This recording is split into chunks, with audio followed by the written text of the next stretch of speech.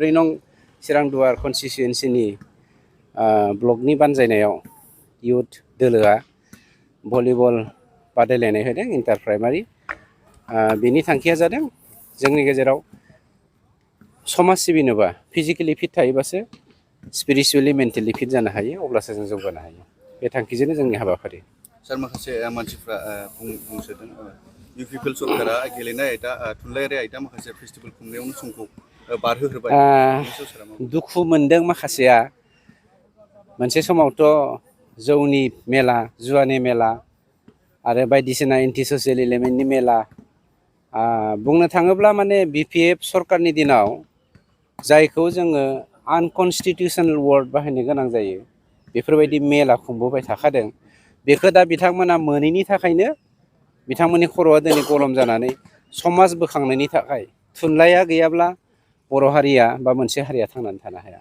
थुनलाइया जादों हारिनि थांना थानायनि सिन। थुनलाइखौ बिथांमोना मालाबाबो हेफाजाब होआखैमोन। बर' साहित्य सभाखौ बिथांमोना गावसोरनि आफादखियाव दोनदोंमोन, नाजादोंमोन, दैदेनगिरिफोरखौ बुरखायनो नाजादोंमोन।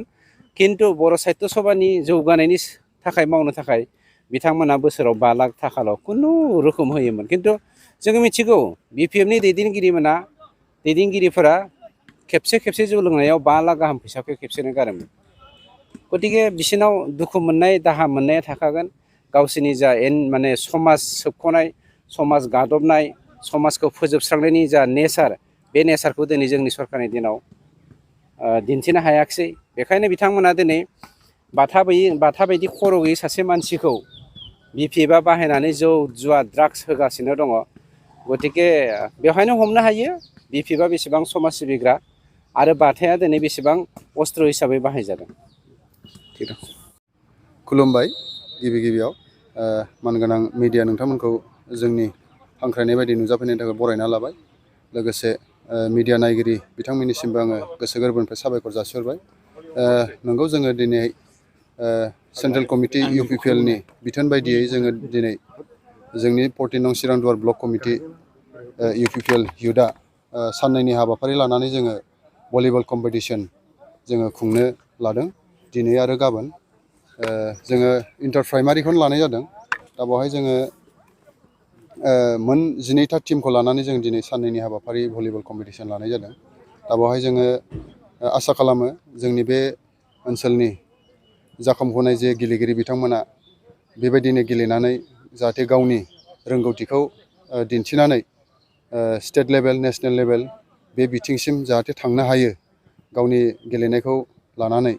आरो बेजों लोगोसे आं खावलायनो लुबैदों जोंनि साफ्रोमबो इयुथ्सफ्रा गेलेनायजों लोगोसे गावनि सोलोंथाइखौ लाफानानै जाहाथे गावनि गोग्गो देहाखौ लानानै गावखौ मोजां मोनसे गायसननानै लानो हायो।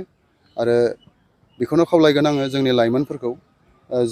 नुनो मोनदों जोङो जोंनि लाइमोनफ्रा नैबे थासारियाव जोंनि लाइमोनफ्रा गोबां जौ जुवा आरो निसा जुक्त' बाहायनानै गावनि देहाखौ गोबां खहा खालामनाय जों बेखौ नुनो मोनदों। जाहाथे बिथांमोनखौ आं खावलायगोन जाय बिथांमोना दिनैनि थासारियाव निसाजों गंफबनानै दं, बिथांमोनखौ आं खावलायगोन जाहाथे बै निसा बाहायनायखौ दोन्थ'नानैब्लाबो गावनि देहा आरो गावनि सोलेरखौ जाहाथे मोजाङै लाखिनानै थांनानै थानो हायो, आं बेखौनो खावलायहरबाय।